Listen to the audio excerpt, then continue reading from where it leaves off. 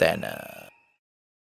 ලංකාවේ ක්‍රමය වෙනස් කරන එක දේශපාලනයට අදාළව අපි කාලයක් තිස්සේ කතා කරමින් ඉන්නවා. මේක අපේ ඇඟට දැනෙන්නේ මීට අවුරුදු 10කට විතර කලින් කියලා කිව්වොත් මං හිතන්නේ මම නිවැරදි. කොහොම වුණත් අපි මේ ක්‍රමය වෙනස් කිරීම සඳහා රටේ මිනිස්සු විදිහට විවිධ දේවල් කරා. විවිධ ආණ්ඩු පත් කරගත්තා. විවිධ මිනිස්සු පිළිබඳව විශ්වාසය තියාගත්තා. අන්තිමට අපි පත් කරගත්ත ආණ්ඩුව තමයි ජාතික ජනබලවේගය. ජාතික ජනබලවේගය ලංකාවේ ආණ්ඩුවක් විදිහට පත් වෙන්නෙම ක්‍රමය වෙනස් කරනවාය කියන එකඟතාවය මිනිසුත් එක්ක හදාගන්න. විශේෂයෙන්ම අවුරුදු 76ක් තිබිච්ච ක්‍රමය සම්පූර්ණයෙන්ම වෙනස් කරන්න මිනිස්සුන්ට තිබිච්ච උවමනාව තමයි ජාතික ජනබලවේග ආණ්ඩුව කූට ප්‍රාප්තියට හේතු වෙන්නේ. නමුත් දැන් මේ වෙලාවේ ඒක වෙනවද? ආණ්ඩුව ක්‍රමය වෙනස් කරනවද? ක්‍රමයට අනුගත වෙනවද කියන කාරණාව අපි ඊටාම අවදියෙන් බලාගෙන ඉන්න මොහොතක්. ඉතින් මේ ක්‍රමය ගැන කතා කරනකොට ලංකාවේ දේශපාලඥයන් 14ක් ඉන්නවා විශේෂයෙන් ලෝකයට ගැළපෙන ඒ වගේම ආර්ථිකයට ගැළපෙන ක්‍රම වෙනසක් පිළිබඳව නිතර අවදියෙන් හිටපු කතා කරපු. අපි අද අපේ වේදිකාවට ගෙනාවේ ඒ වගේ කෙනෙක්. ඔහු පාටලි චම්පික රණවක එක්සත් ජනරජ පෙරමුණේ නායකතුමා විදිහට අපි පිළිගන්නවා ආයිබෝවන් කියලා. ආයිබෝවන් සේපාල් මේ සාකච්ඡාවට සේපාල් අමරසිංහත් එකතු වෙනවා. ඉතින් පළවෙනියෙන්ම මගේ ප්‍රශ්නය ලංකාවේ ආණ්ඩුව මේ රටේ මිනිස්සු අපේක්ෂා කරපු ක්‍රම වෙනසට අවතීර්ණ වෙලා තියෙනවද? එහෙම නැත්නම් තිබිච්ච ක්‍රමයට අනුගත වෙමින් තියෙනවද? මේක රටේ බලාපොරොත්තු ඉෂ්ට කරන්න ප්‍රමාණවත්ද? දැන් ඇත්තටම ඔය ක්‍රම වෙනස කියන්නේ මොකක්ද කියන එක ගැන මේ බරපතල ප්‍රශ්නයක් තියෙනවා. මොකද්ද මේ ක්‍රම වෙනස කියන්නේ කියලා. දැන් මේ ජනතා විමුක්ති පෙරමුණේ ජාතික ජන බලවේගයේ අධිකරණ ඇමතිතුමාට අනුව නම් මේ උසාවි වලින් දැන් බය නැතුව තීන්දුව දෙනවා. ඒක තමයි එතුමාට අනුව ක්‍රම වෙනස. හොරු හිරේ යනවා. එහෙම අදහසක්. ඒ වගේම මේ සුනිල් හඳුන්නෙට්ටි මහත්තයාට අනුව දැන් සතයක්වත් හොරකම් කරන්න විශාල වශයෙන් ධනෙ ඉතිරි වෙනවා. ඒ ඉතිරි වෙන ධනයෙන් මහජන සේවය සිදු වෙමින් තියෙනවා. මේ තමයි එතන ඒ අත්දැකගෙන තියෙන ක්‍රම වෙනස. ඒ වගේ ටිල්වින් සිල්ව මහත්තයාට එතුමාට ඒ වගේම බිමල් රත්නායක මහත්තයාට මේක සාරාංශක කල්පලක්ෂයක් පෙරම් පුරලා ආපු අවස්ථාවක්. ඒ කියන්නේ ජනතා විමුක්ති පෙරමුණේ ඉතිහාසයේ පළවෙනි වතාවට බලය ලබා දීලා තියෙනවා. ජනතා විමුක්ති පෙරමුණට නෙවුනත් මිනිස්සු ඡන්දය ලබා දුන්නේ. ඒගොල්ලෝ යහුසුලුව මහන්සි වෙනවා මේ ජාතික ජන බලවේගයට ලැබිච්ච ජනවරම ජනතා විමුක්ති පෙරමුණේ එකක් බවට පරිවර්තනය කරන්න. ඒගොල්ලන්ට ක්‍රම වෙනස ඒ වගේ. ඒ වගේ මේ ආණ්ඩුව ඇතුලේ ඉන්න නොඑක් දෙනාටත් ওই ක්‍රම වෙනස එක එක විදිහට තමයි දැනෙමින් තියෙන්නේ. පොදුවේ ඔය ජනතා විමුක්ති පෙරමුණ නියෝජනය කළ වාමාංශික වෘත්තීය සමිතිකාරයෙක්නේ වෘත්තීය සමිතිවාදී ව්‍යාපාරය බලාපොරොත්තු වුණා නම් මේ සමාජවාදයේ උදා වෙයි. එහෙමත් නැත්නම් ඒ වෘත්තීය සමිති කරන කාලේ ලංකා විදුලි බල මණ්ඩලයේ වෘත්තීය සමිතියේ හිටපු ජනතා විමුක්ති පෙරමුණේ නායකයෝ, කාන්තේ නීතිගත සංස්ථාවේ වෘත්තීය සමිතියේ හිටපු ජනතා විමුක්ති පෙරමුණේ නායකයෝ, ගුරු සංගම් වල හිටපු ජනතා විමුක්ති පෙරමුණේ නායකයෝ, විශ්වවිද්‍යාල ගුරුවරු අතර හිටපු ඒ නායකයෝ කියපු දේවල් ටිකක් තියෙනවානේ. ඒ කියපු දේවල් වලට නම් සම්පූර්ණ පටහැනි දේවල් තමයි දැන් සිදුවෙමින් තියෙන්නේ. දැන් උදාහරණයක් ඇටියට විදුලි බල පනත ගිනි තිබ්බා ප්‍රසිද්ධියේ රංජන් ජයලාල් මහත්තයා. පෑආණ්ඩුවහම මෙහෙම කරනවා කියලා.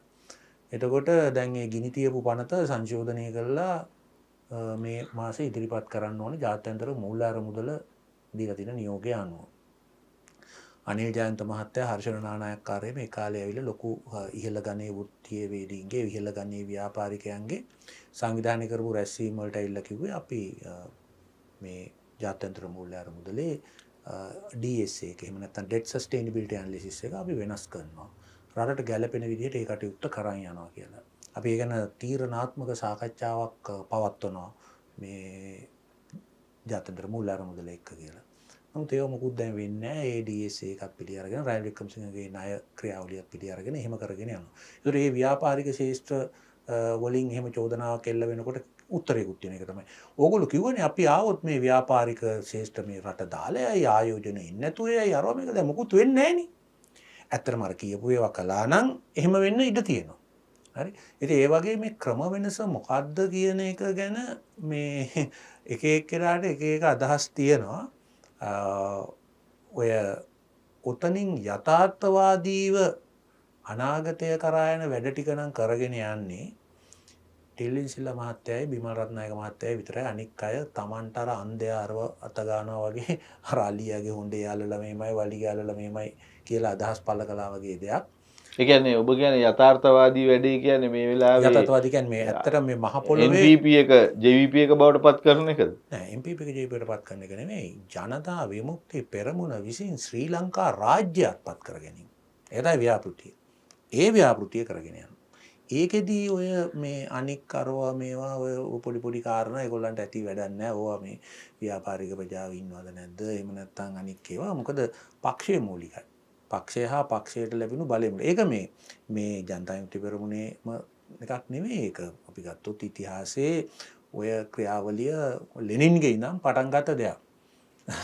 ඒ කියන්නේ දැන් කාල් මාක්ස්ගේ වාදයේ අදහස වුණේ කම්කරුපන්ති විඥානය කියලා එකක් කම්කරුවට පහළ වෙනවා. ඒ අනුව කම්කරුපන්ති රාජ්‍යයක් බිහි වෙනවා. නමුත් ලෙනින් 1905 විප්ලවයේ පරාජයට පත් වුණාම තා වැදගත් ලියවිල්ලක් ලිව්වා තීසිස් එකක්. කල යුත්තේ කුමක්ද කියලා. ඒ කල යුත්තේ කුමක්ද කියන එකෙන් ඔහු කිව්වා මේ කම්කරුපන්තියට නිසංගයෙන්ම එහෙම විඥානයක් එන්නේ නැහැ. විඥානේ බාහිරින් අරන් යන්න ඕනේ. කවුද අරන් යන්න ඕනේ? විප්ලවවාදී පක්ෂය. හරිද? ඒදා බෝල්ෂෙවික් පක්ෂය. එතකොට මේ බෝල්ෂෙවික් පක්ෂය 1917 තියපු මැතිවරණ වලින් ඩූමා ඉලෙක්ෂන් එකේ 18%යි ගත්තේ. හැබැයි බලය අල්ලගත්තා. හරිද? මේන්ෂෙවික් කරුන්ට දීපු බලය මේන්ෂෙවික් කියලා කියන්න පුළුවන් ඕනනම් අපිට ඔය මොකද ජාතික ජන බලවේගයට. හරිද? ජාතික ජන බලවේගයේ පෙන්නලා ඒ කියන්නේ මේන්ෂෙවික් බෝල්ෂෙවික් සන්දානින්ගේ සෝවියට් සභාවල බලය අල්ලගත්තා මේ ලෙනින් බලය. අල්ලගෙන ඔවුන් සාමය සොල්දාදුවන්ට කියලා කිව්වා රුසියාවෙන් කොටසක් ජර්මනියන්ට දුන්නා. ජර්මානුවන්ට දුන්නා. ඒ වෙලාවේ රට ඇතුලින් ප්‍රශ්නයක් ආවා ජර්මානුවන්ට රට පාවා දුන්නා ලෙනින්. ලෙනින් ජර්මන් ඔත්තුකාරයෙක් කියලා ආවා. නැත්නම් මේ IMF එකට දැන් අද වෙලා තියෙන දේ තේරුම් ගන්න ඕනේ එතනින්. එතකොට ලෙනින් කියපු දේ තමයි පක්ෂය මූලිකයි. සමාජවාදයේ මූලිකයි. ඔය ඕක දීලා හරි ඔය ඉඩම් ටික දීලා හරි අපි බලය තහවුරු කරගන්නවා. අද IMF එක ගැන මම දන්නවා ජනතා විමුක්ති පෙරමුණ තමන්ගේ සමාජිකයන්ට කියන්නේ ඒකයි. අපිට කරන්න දෙයක් නැහැ. පක්ෂයේ බලය අල්ලගෙන තියෙනවා. බලය කෙසේ හෝ රැකගත යුතුයි. ජාත්‍යන්තර මුල්‍ය අරමුදලේ කොන්දේසි අපිට මේ මොහොතේ තීරණාත්මකව වැදගත් නැහැ. ඊළඟට සමාජවාදය කරගෙන යනකොට ලෙනින්ට තේරුණා මේ වැඩේ වෙන්නේ නැහැ කියලා. රට සම්පූර්ණයෙන් බංකොලොත් වුණා. එතකොට ඔහු මොකද කළේ? නව ආර්ථික ප්‍රතිපත්ති කියලා ධනවාදී මූලධර්ම අඳුනලා දුන්නා. ඒ ධනවාදී මූලධර්ම අඳුනලා දෙනකොටත් කිව්වේ මොකද්ද? පක්ෂය, බලය. ඒක තමයි මූලික. අනික්ව ඒකට සාපේක්ෂව තමයි බලන්නේ. ඒකට ඔය ජනතාවගේ විශේෂයෙන්ම ජාතිකත්වවල අරගල ඒගොල්ලන්ගේ ස්වයං නීරණ අයිතිය ගැන ලොකුවට කතා කරපු ව්‍යාපාරයක් බෝල්ෂෙවික්වාදී. හැබැයි යුක්‍රේනයේ ප්‍රශ්නේ මතුවෙච්ච වෙලාවේ යුක්‍රේනයට ස්වයං නීරණ අයිතිය දෙනවද කිව්වා දුන්නේ නැහැ ලෙනින්. හමුදාව යවලා ඒක ඇඳාගත්තා. ඒ වගේ ඒක සමාජවාදයට සාපේක්ෂවයි බලන්නේ. ඔය විදිහට මට උදාහරණ ගණනාවක් පෙන්නන්න පුළුවන් ලෝක ඉතිහාසෙත් ජනතා විමුක්ති පෙරමුණ ඉතිහාසෙත් හොඳම උදාහරණය අර අපිත් රැවටිච්ච අර ඉන්දියන් හමුදාව ආපසු එයි. වඳුරු හමුදාව. හරි වඳුරු අපි විශ්වවිද්‍යාලේ කාලේ වඳුරු හමුදාව පන්නමු කියලා JP එක සටන් පාඩයක් ගෙනාවා. අපිත් ඔක්කොම අහු වුණා. අන්තිමට මේ වඳුරු හමුදාවේ සහයෙන්ම ජනතා විමුක්ති පෙරමුණේ නායකයෝ රටින් පන්නලා ගියා. එතකොට එතන උනේ ඒකට අහුවෙච්ච උන් ගොඩක් දෙනෙක් ටයර් සෑය ගියා. ඒක ඒ වගේ මෙතන අපි අවබෝධ කරගන්න ඕනේ මේක වංචාවක් කපටිකමක් සිස්ටම් චේන්ජ් කරන්න ඇවිල්ලා මෙහෙම කියලා එක එක්කෙනා එක එක තර්ක කරනවා ඇති. මෙතන නිශ්චිතව ගම්මට්ටමේ බිම්මට්ටමේ ඉඳන් ඉහළට රාජ්‍යයයි පක්ෂයේ අපි ගත්තොත් දේශපාලන මණ්ඩලයයි එකක් බවට පත් කරන ව්‍යාපෘතියක කණ්ඩායමක් නියැලිලා ඉන්නවා. ඒ අයට මේ අනික් ඒවා ඔක්කොම ඒ විතරක් නෙමෙයි මේක ජාත්‍යන්තරයටත් ඒගොල්ලෝ දැන් යා කරනවා මේ ටිල්වින් සිල්වා චීනයට සංචාරයකට ගියා. ඒක හරි වැදගත්. මොකද අපේ රටේ කිසිම දේශපාලන පක්ෂයක් බලයට පත් වුණාට පස්සේ ඒගොල්ලන්ගේ ලේකම්ලා මේ වෙනත් රටකට ගිහිල්ලා ඒ කියන්නේ පාර්ලිමේන්තුවේ නැති ලේකම් කෙනෙක්. එයා මේ රටකට ගිහිල්ලා සාකච්ඡා කරනවා. දැන් පල්ලෙහැන් කොමෙන්ට්ස් දාලා තියෙනවා මිනිස්සු අහනවා තරුණයෝ අහනවා මේ ලොක්කා මේ ටිල්වින් ලොක්කා මොනවද මේ කරන්නේ? එයාට මොකද්ද තියෙන අයිතිය? මොකද්ද එයාට සාකච්ඡා කරන්න තියෙන්නේ චීනෙත් එක්ක කියලා. මේක තමයි අර ඊළඟ පියවර. පැහැදිලිවම මේ එතුමන්ලා තමන්ගේ වූ සැලැස්මක යනවා. සෑම ප්‍රාදේශීය කොට්ටාසකින්ම ඒගොල්ලෝ ස්වේච්ඡා සංවිධාන අපි ගමු මරණාධාර සමිති, සුබසාධන සමිති, සර්වෝදය සනස සමිති ඒවා ඉන්න අය ඒගොල්ලන්ගේ මේ දේශපාලන ක්‍රියාවලියට බඳා ගැනීමේ ප්‍රතිපත්තියක යනවා 15 දෙනෙක් එක මේ ග්‍රාම සේවක වසමකින් වෘත්තීය සමිතිත් පිහිටවමින් යනවා. ඔව්. ඒතර ඒ වගේ මේ රාජ්‍ය බිමේ ඉඳන් උඩට අත්පත් කරගැනීමේ යම් සංවිධානාත්මක පියවරක වුන් යනවා. එළියේ නොඑක් දෙනා ඉතින් ජයഘോഷා නගනවා, මර්වින් හිරේ, මහින්දානන්ද හිරේ ඉදිරියේ තව හොරු හිරේ යනවා කියලා. ඉතින් එළියේ කට්ටියට පොඩි ජයഘോഷා නගමින් මේක තමයි අපි බලාපොරොත්තු වෙච්ච වෙනස, මේක තමයි කී යන අතරේ මේ වැඩේ යනවා. ඉතින් මං අවසාන කොටස සම්බන්ධ කරන්න මේ ප්‍රශ්නෙන් අපිට වෙන තැනකට යන්න පුළුවන්. මේ ඒ කියන්නේ රුසියාවට ස්ටාලින් යටතේ සිද්ධ වෙච්ච දේ අර මේ නවකතාවල ජෝජෝවල් ලියපු කාරණාව ඇනිමල් ෆාම් තත්වයට ලංකාව පත් වේද? එහෙම නැත්නම් 1984 එකේ කියපු ඒ කියන්නේ තර්ජනාත්මක බිග් බ්‍රදර් කෙනෙක් තත්වයටත් මේක වැඩි දියුණු වෙයිද? ඒක කියන්න බෑ. ඒක ලංකාව කොහොමත් ප්‍රජාතන්ත්‍රවාදය අතින් පොහොසත් රටක්. ওই ජනතා යුක්ති පෙරමුණ විතරක් නෙවෙයි පක්ෂේ රාජ්‍ය කරන්න හැදුවේ. ජයජයවදනත් කරන්න හැදුවා. ජයජයවදනත් පටන් ගත්තේ ග්‍රාම සේවකලා බවට පක්ෂයේ මිනිසු පත් කිරීමෙන්. එයා රෝග කරන්න උත්සාහ කළා. ඒක බොහොම ඛේදවාචකකින් කෙලවර වුණා. රුසියාවේ ඔක කරන්න පුළුවන් වුණේ රතු හමුදාවේ ජයග්‍රහණයත් එක්ක ඒ හමුදාව විසින් තමයි ඒ ඒකත්වය අරන් දුන්නේ. සහ ස්ටලින් විසින් ඒ රුසියාවේ බහුතර ගොවි ජනතාවට කාලයක් තිස්සේ ওই බකුණීන්ලා අර මේ කියපු ඒ කතා ප්‍රතික්ෂේප කළා දුන්නාට ඔහු ලියොන් ට්‍රොට්ස්කි වගේ අය අයින් වුණාට පස්සේ සහ අයින් කළාට පස්සේ ඔහු ඒ රුසියාවේ ගොවි ජනතාවගේ අවශ්‍යතාවය එක්ක යන ඒ සමූහ ගොවිපළ ක්‍රමයක් එක්ක රුසියාවට ආවේනික ක්‍රියාදාමයක් ගොඩනගලා කාර්මීකරණයක් කළා. ඒ වෙනම ක්‍රියාදාමයක්. චීනයේ ඒත් රතු හමුදාව බලයට අරගෙන එහෙම ගියා. දැන් මේවල රතු හමුදාවක් දැනට නැහැනේ. දැන් තියෙන්නේ මේ ශ්‍රී ලංකා ආරක්ෂක හමුදාවනේ. රතු තරුව තියෙනවා. ඔව් රතු තරුව තියෙනවා. නමුත් අපි දැක්කේ නෑ ඇත්තටම. දැන් පෞගිය කාලේ අපි දැක්ක 2004 දී රතු තරුවේ විශාල වැඩ කොටසක් කරා අර ඇමති දූර 4 අරගෙන අරේමේ. එහෙම දැක්ක අපි දැක්කේ නෑ මේ පාර.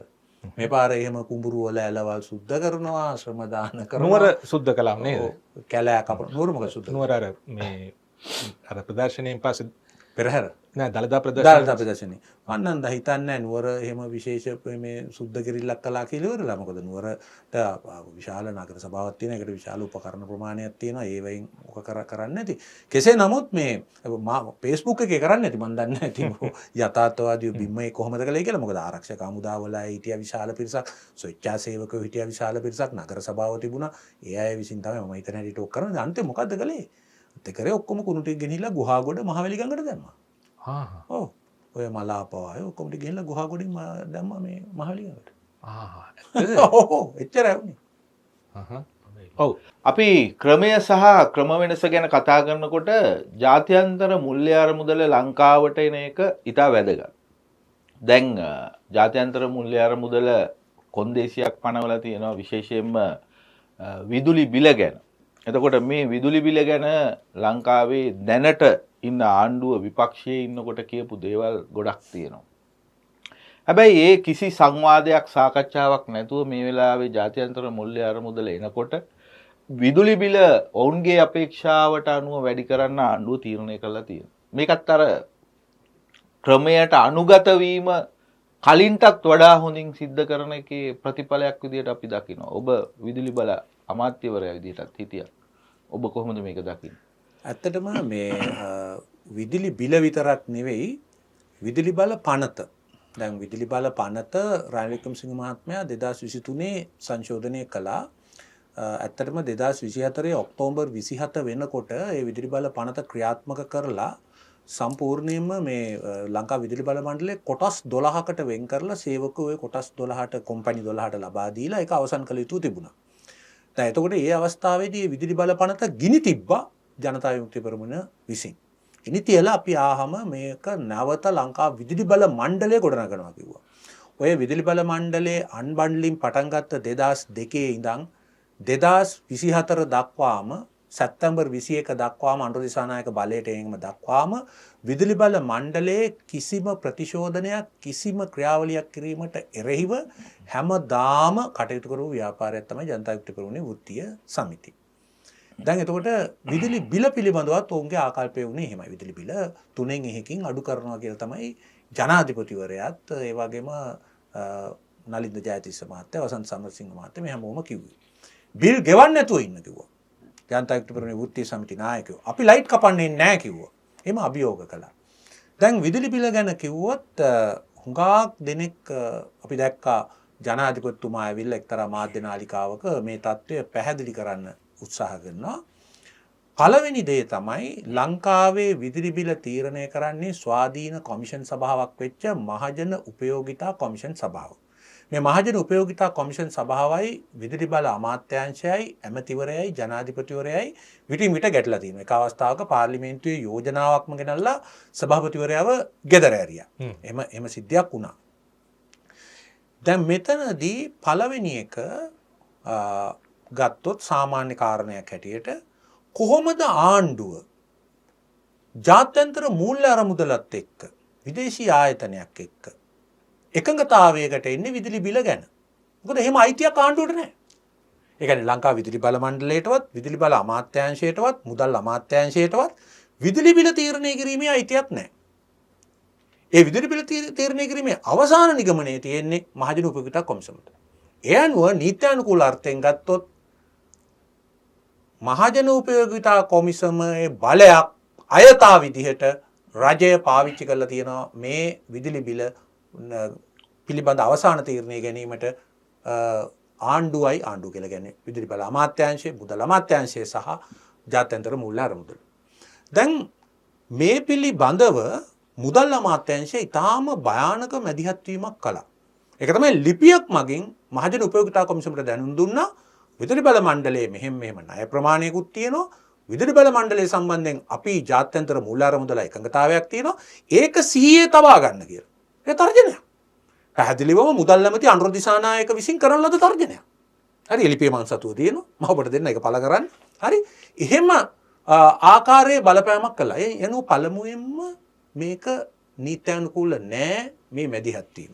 ඒකට ආණ්ඩුවට කොන්දක් නෑ. ඔය බොහොම අපි කොන්දක් තියෙනවා අපි කාටවත් නැමෙන්නේ අපි මාර වීර පිරිසක් මව්බිම වෙනුවෙන් දිවිපිදු වරේ මේ කතා ටිකක් පැවැත්වුවට ජාත්‍යන්තර මූල්‍ය අරමුදලට රනිල් ගිහිල්ලා ඕක කරා නම් ඉතින් හරිනේ ඉතින් රනිල් පාවා දෙන්න රනිල් දුෂ්ටයා රනිල්නේ හරි දැන් මේ අයට කොන්දක් නෑ කියන්න ඕගලන්ට අයිතියකුත් නෑ අපිට අයිතියකුත් නෑ ලංකාවේ විදුලි බිල තීරණය කරන්නේ මහජන උපයෝගිතා කොමිසම. දැන් ඒකට කවුරු හරි අධිකරණයට ගියොත් එතකොට අධිකරණයෙන් අපි හිතමු නිකන් අපි උපකල්පනය කරමු ඒක නවත්තන්න වගේ තීරණයක් ආවොත් ඒ කියන්නේ එතකොට ආණ්ඩුවට කියන්න පුළුවන් වෙනවා රයිට් අපි මේ රට දියුණු කරන්න කියලා IMF එකත් එක්ක මෙහෙම මේ යුසොම් වලට ගියා ඒක නැවැත්තුවා දැන් අපිට කරන්න දෙයක් නැහැ වගේ කියන්න පුළුවන් නෑ දැන් මෙහෙමයි දැන් මේක විශේෂ කොටසක් විතරනේ ජාත්‍යන්තර මූල්‍ය අරමුදලේ සමස්ත රාජ්‍ය ආයතන පිළිබඳව තිබෙන අදහසක් නේ ඉදිරිපත් කළ තියෙන ජාත්‍යන්තර මූල්‍ය දැන් මෙහෙම බලන්න කොන්දේසියක් නෙමෙයිද ඒක නෑ මෙහෙමයි කොන්දේසිය මම පැහැදිලි කරන්න.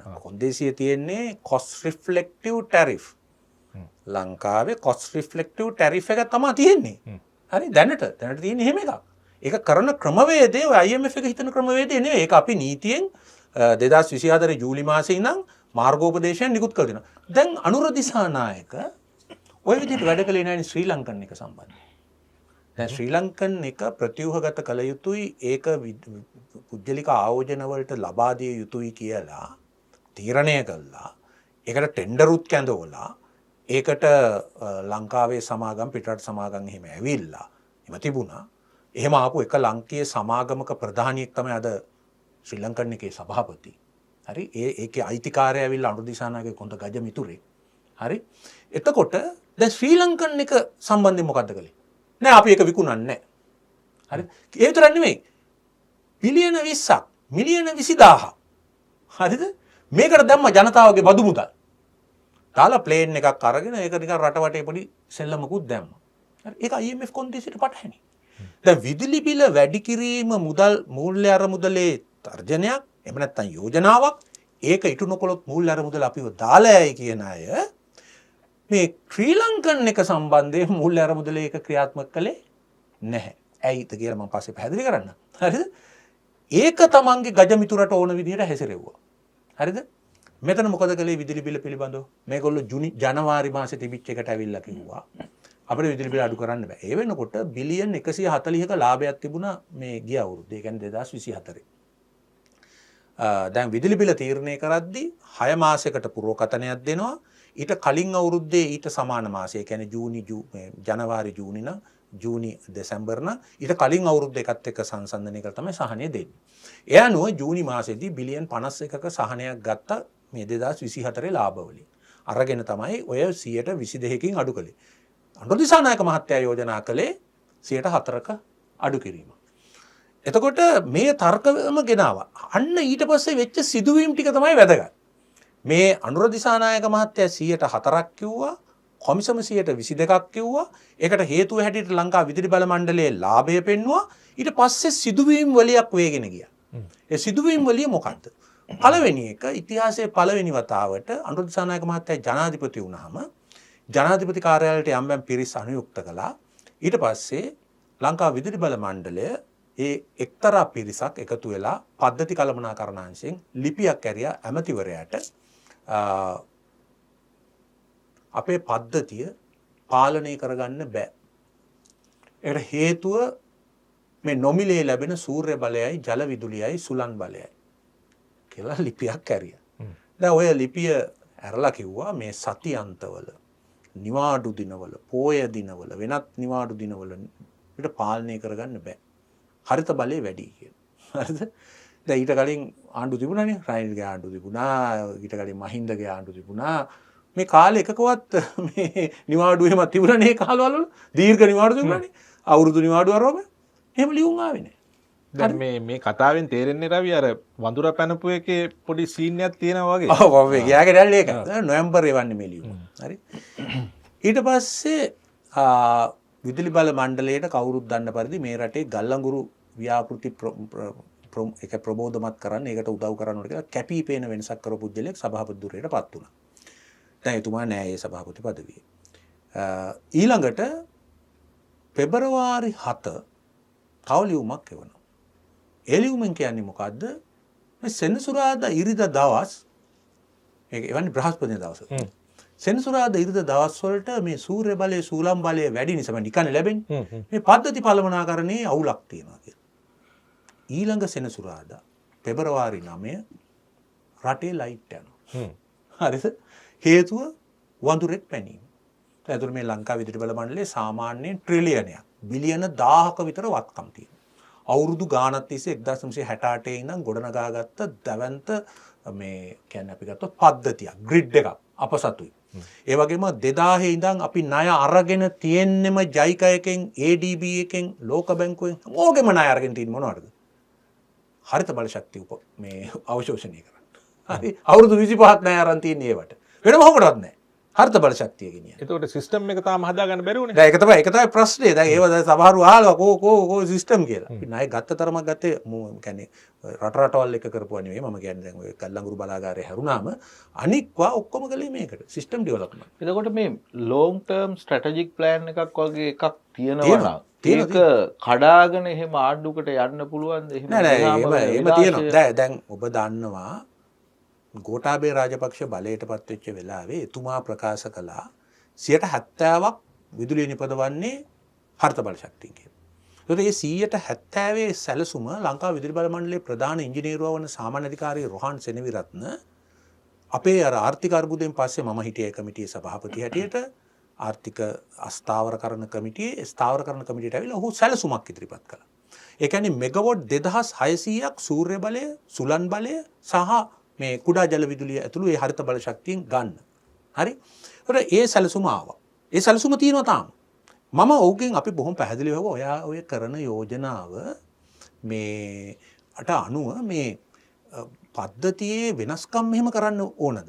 පද්ධතිය අස්ථාවරයක් වෙයිද? නෑ පද්ධතියේ කිසිම අස්ථාවරත්වයක් නැතුව ස්ථාවරව පහත්කර යන්න පුළුවන් එක තමයි මේ 2600 කියන්නේ. තාම 1400යිනේ තියෙන්නේ. හරිද? 2600 තව ගොඩක් ධානය තියෙන්නේ. දැන් හිටිගම මේක එනවා. මේක කැඩෙනවා. වතුරෙක් පැන්නයි කියනවා.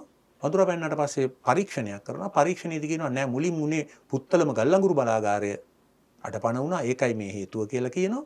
ඊට පස්සේ තව දත්ත විශ්ලේෂණයක් කරාම අපිට කොලයක් එනවා නෑ පුත්තලම ගල්ලංගුරු බලාගාරයට තප්පර ගානකට කලින් වික්ටෝරියාව ට්‍රිප් වුණා කියලා. දැන් සාමාන්‍යයෙන් මෙවැනි ප්‍රශ්නයක් මතුවුනහම මේ පද්ධති සමතුලිතකරණය කරන්නේ ජලාශවලින්. එක්ක අප කොත්මලේ මේ සමාවෙන් කොත්මලෙන් එහෙම නැත්නම් වික්ටෝරියා වගේ ලොකු ජලාශයකින්. ඒතකොට ඒකමරම ට්‍රිප් වුණාම කොහොමද මේ පද්ධතිය කලබලා කරගන්නේ නේද? හරි?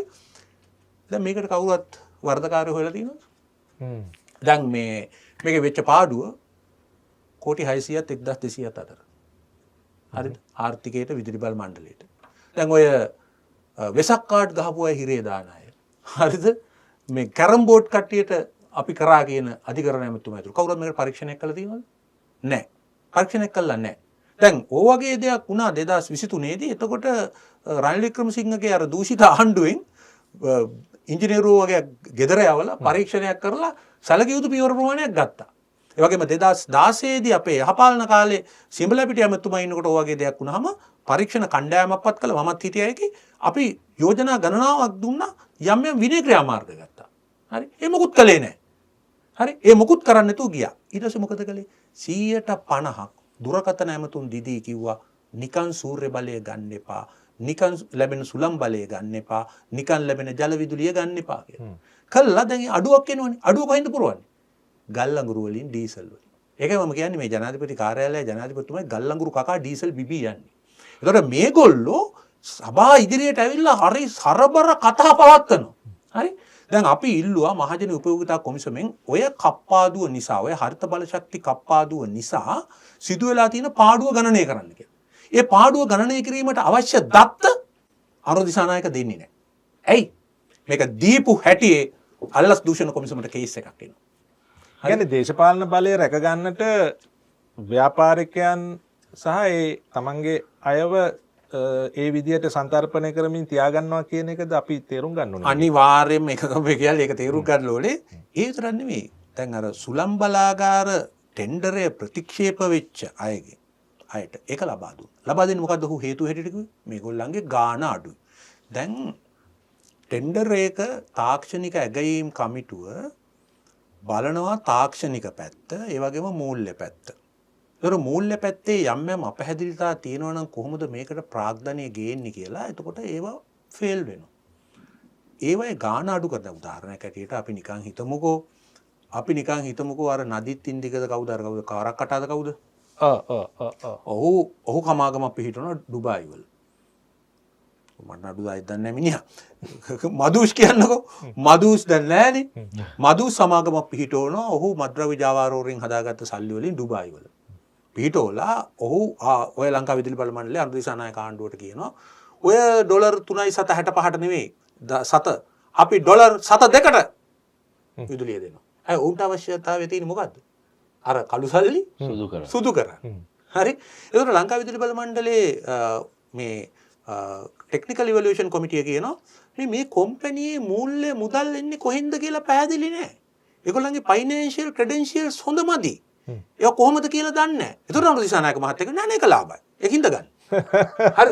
ඕකයි ඕකේ තර්කය සරල. හරි? දැන් මෙතන යන ක්‍රියාවලිය ඒකයි. ඒ හින්දා මේ මහජනයා දැන් 115කින් ගෙවන්න යන්නේ. හරිද? වෙන කාගේවත් පව් නෙවෙයි මේ ආණ්ඩුව තාම චේතාන්විතව. ඊටාම චේතාන්විතව හර්ථ බල ශක්තියට ගහලාගෙන ආපු එක. දැන් මේ සමහර රටවල් දැන් උදාහරණයකට මේ දවස්වල එංගලන්තේ එඩ් මිලිබෑන්ඩ් උ තමයි ඉන්නේ. ඒතර එඩ් මිලිබෑන්ඩ් ගෙනාව net zero කියලා සංකල්පයක් අපිත් තියෙනවා. ඒක 2050 දී බිඳුව කරන්න අපේ කාබන් ක්‍රියාවලිය. දැන් ඒකෙදිත් ඔය ඇතම් දවස්වලට උතුරු මුහුදේ හුලං වැඩි වෙලා සුළම් බලය වැඩියෙන් එනවා. කර්ටේල්මන්ට් එකක් කරනවා. හැබැයි කර්ටේල්මන්ට් එකට අර කට්ටියට ගෙවනවා. අර ඒ බල්ලකාර අයිති කට්ටියට ගෙවනවා. ගෙවලා ඔහු වෙන උපක්‍රමයක් මගින් කරගෙන යනවා. දැන් මේ ආණ්ඩුව ගෙවන්නේ නැහැ විතරක් නෙවෙයි. දැන් අද රුපියල් 28ට විදුලි ඒකකයක් විකුණන්නේ. සූර්ය බලයේ විදුලි ඒකකේ 14 කළා. හරිද? ඩීසල් විදුලිය එකේ රුපියල් 100කටත් වැඩි. මේක 14 කළා. ගල්ලංගුරුත් අද රුපියල් 20ක් කිට්ටුව. හරි? 20ට වැඩි. එතකොට මේක 14 කළාම කවුද මේව හදන්නේ? කවුරුවත් නැහැ. ඒ විතරක් නෙවෙයි. මෙච්චර කාලයක් මේ රටේ සූර්ය බලය කරපු අය, සුලන් බලය කරපු අය, ජල විදුලි කරපු අය මේ කාබන් ක්‍රෙඩිට් කියලා ක්‍රියාවලියක් ලෝකේ තිබුණා. ඒ ක්‍රෙඩිට් ගත්තා. ඒ ක්‍රෙඩිට් වලින් තමන්ගේ ආයෝජනෙන් කොටසක්, වියදමෙන් කොටසක් පියවා ගත්තා. විශේෂයෙන්ම යුරෝපීය රටවල වලින්. මේ ආණ්ඩුව ඇවිල්ලා දැන් ඒකත් නවත්තලා තියෙනවා.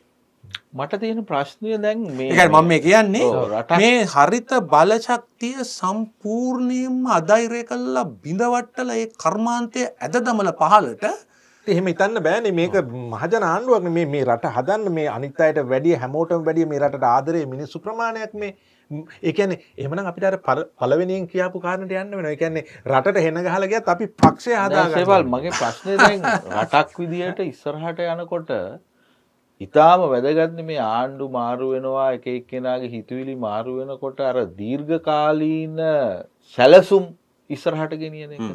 ඒකට මේ අමාත්‍යාංශවල එහෙම නැත්නම් මේ රටේ කොහෙවත් තැනක නැද්ද මේ වගේ සංවේදී එකකටවත් අර දීර්ඝකාලීන සැලසුමෙන් එළියට එන්න බැරි. එහෙම නැත්නම් එහෙම ආවහම ඒක නීත්‍යානුකූලව අභියෝග කරන ක්‍රමයක්. ඉතින් සෙල්ලම හැමෝම කරනවා. මෙහෙමයි දැන් ඔය ඇත්තටම දැන් ඔය වගේ ඒවා ඔය වගේ එකක් පාලනය කරන් තියෙන එකම ක්‍රමය තමයි ජාතික භෞතික සැලසුම වගේ එකක් ව්‍යවස්ථාපිත නීතියක් කිරීම. يعني ව්‍යවස්ථාවේ තියෙන එන්ට්‍රෙන්ච් ක්ලෝසස් ඒ කියන්නේ වෙනස් කරන්න බැරි ජනමත විචාරණයට තුඩු දෙන්න එහෙම එකක් කරන එක. ඉතින් ඒක සාමාන්‍ය ව්‍යවස්ථා මූලධර්මවල කියන්නේ මහජනයයි මේ ආණ්ඩුවයි අතර තියෙන සැබඳියාව තමයි ව්‍යවස්ථාවෙන් පෙන්වන්නේ කියලා. නමුත් දැන් ව්‍යවස්ථාවට තව තව අර්ථ දැක්වීම් දීලා තියෙනවා.